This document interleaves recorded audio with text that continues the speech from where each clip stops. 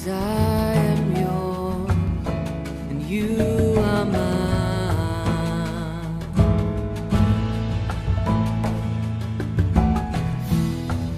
'Cause I am yours and you are mine. You are mine.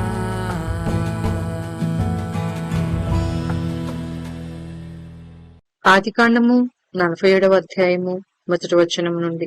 యోసేపు వెళ్లి ఫరోను చూచి, నా తండ్రియు నా సహోదరులను వారి గొర్రెల మందలతోనూ వారి పశువులతోనూ వారికి కలిగినదంతటితోనూ కనాను దేశం నుండి వచ్చి గోషేనులో నున్నారని తెలియచేసి తన సహోదరులందరిలో 5 వెంటబెట్టుకుని పోయి వారిని ఫరో సమక్షమందు ఉంచెను.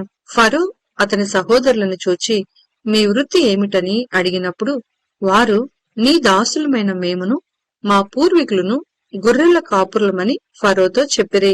మరియు వారు కనాను దేశమందు కరువు భారముగా ఉన్నందున నీ దాసులకు కలిగియున్న మందలకు మేత లేదు కనుక ఈ దేశంలో కొంతకాలముండుటకు వచ్చితిమి. కాబట్టి గోషేను దేశంలో నీ దాసులు నివసింప సెలవిమ్మని ఫరోతో అనగా, ఫరో యోసేపును చూచి, నీ తండ్రియు నీ సహోదరులను నీ యొద్దకు వచ్చియున్నారు. ఐగుప్తు దేశము నీ ఎదుట ఉన్నది. ఈ దేశంలోని మంచి ప్రదేశమందు నీ తండ్రిని నీ సహోదరులను నివసింపచేయుము. గోషేను దేశంలో వారు నివసింపవచ్చును. వారిలో ఎవరైనా ప్రజ్ఞ కలవారని నీకు తోచిన ఎడల నా మందల మీద వారిని అధిపతులుగా నియమించుమని చెప్పెను. మరియు యోసేపు తన తండ్రి అయిన యాకోబును లోపలికి తీసుకుని వచ్చి ఫరో సమక్షమందు అతన్నుంచగా యాకోబు ఫరోను దీవించెను. ఫరో, నీవు జీవించిన సంవత్సరములెన్ని అని యాకోబును అడిగినందుకు యాకోబు, నేను యాత్ర చేసిన సంవత్సరములు 130. నేను జీవించిన సంవత్సరములు కొంచెముగాను దుఃఖ సహితమైనవిగా ఉన్నవి.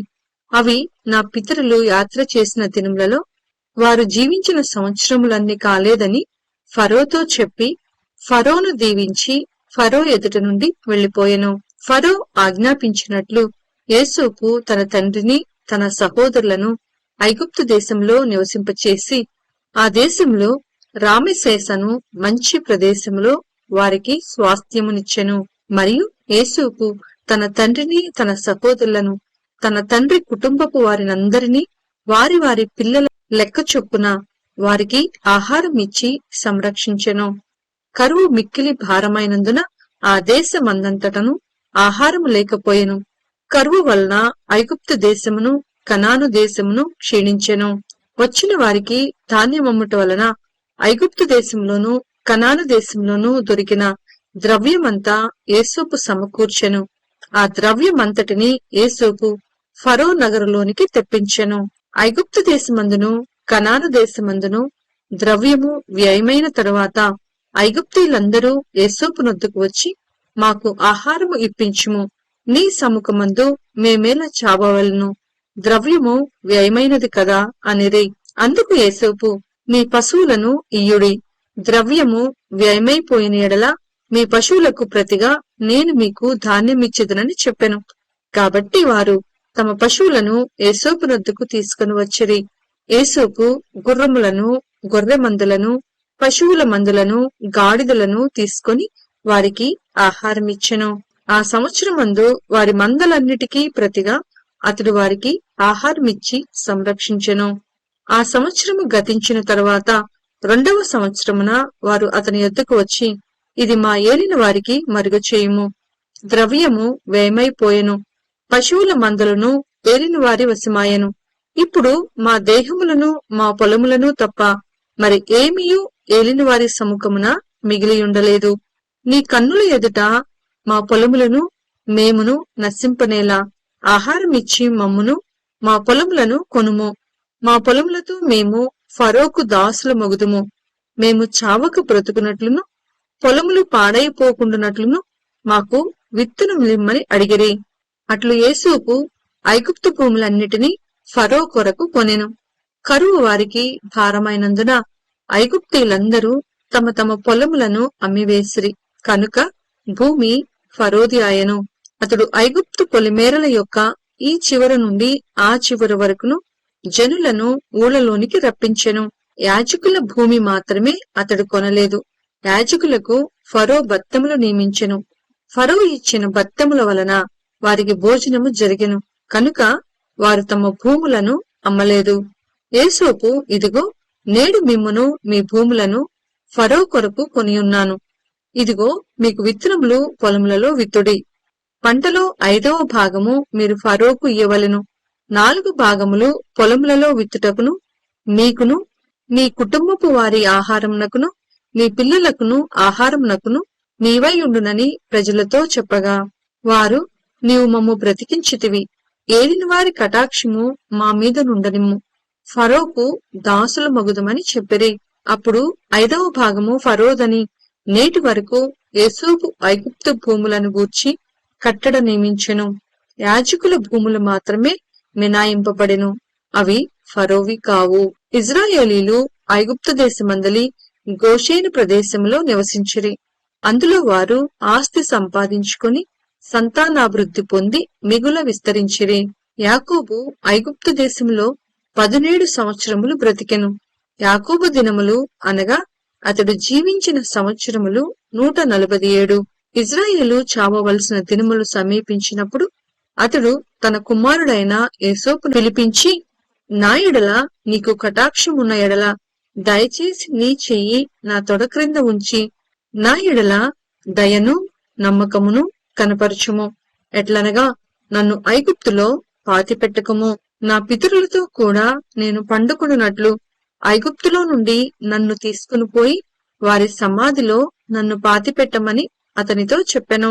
అందుకతడు, నేను నీ మాట చొప్పున చేసేదనెను. మరియు అతడు నాతో ప్రమాణము చేయమన్నప్పుడు యేసోపు అతనితో ప్రమాణము చేసెను. అప్పుడు ఇజ్రాయేలు తన మంచపు తలాపి మీద వంగి దేవునికి నమస్కారము చేసెను. ఆదికాండము 48వ అధ్యాయము 1వ వచనము నుండి.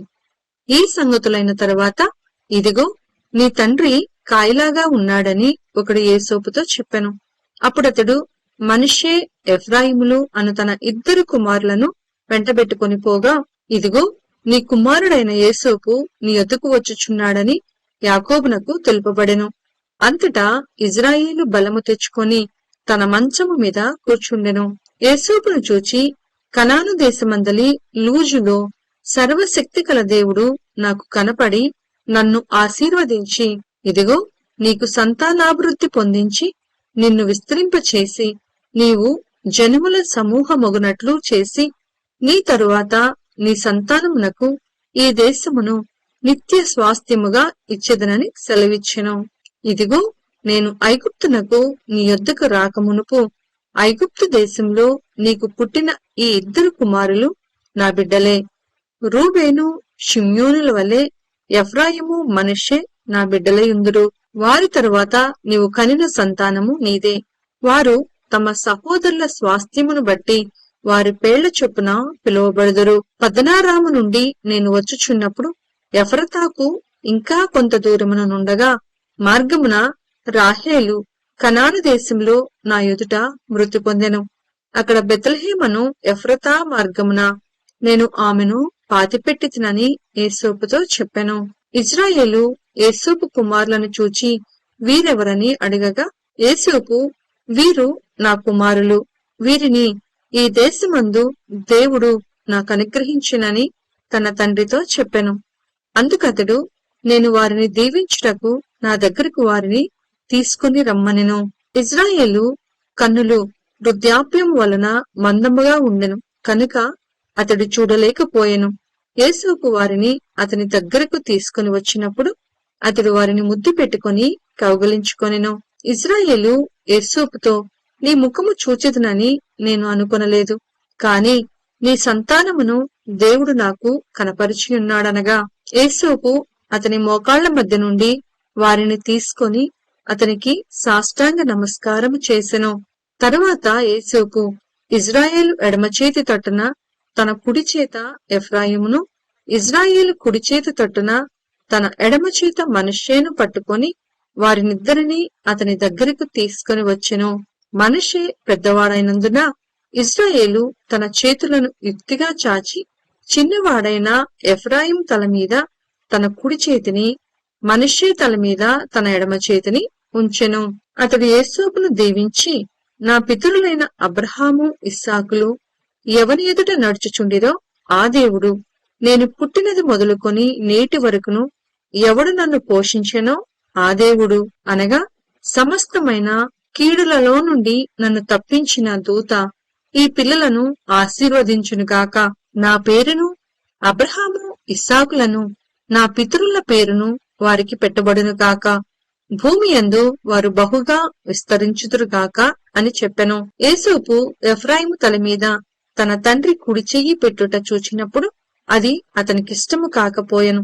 కనుక అతడు మనష్షే తల మీద పెట్టించవలనని తన తండ్రి చెయ్యి ఎఫ్రాయిం తల మీద నుండి ఎత్తి, నా తండ్రి, అట్లు కాదు, ఇతడే పెద్దవాడు, నీ కుడి చెయ్యి ఇతని తల మీద పెట్టమని చెప్పెను. అయినను అతని తండ్రి ఒప్పక, అది నాకు తెలియను, నా కుమారుడా, అది నాకు తెలియను. ఇతడును ఒక జన సమూహమై గొప్పవాడగును కాని ఇతని తమ్ముడు ఇతని కంటే గొప్పవాడగును. అతని సంతానము జనముల సమూహమగునని చెప్పెను. ఆ దినమందు అతడు వారిని దీవించి, ఎఫ్రాయిము వలెను మనష్షే వలెను దేవుడు నిన్ను చేయునుగాక అని ఇజ్రాయేలీలు నీ పేరు చెప్పి దీవించెదరనెను. అలాగు అతడు మనష్షే కంటే ఎఫ్రాయిమును ముందుగా ఉంచెను. మరియు ఇజ్రాయేలు, ఇదిగో నేను చనిపోవచ్చున్నాను, అయినను దేవుడు మీకు తోడై ఉండి మీ పితరుల దేశమునకు మిమ్మును మరలా తీసుకుని పోవును. నేను నీ సహోదరుల కంటే నీకు ఒక భాగము ఎక్కువగా ఇచ్చితిని. అది నా కత్తితోనూ నా వింటితోనూ అమోరీయుల చేతిలో నుండి తీసుకుంటునని యోసేపుతో చెప్పెను.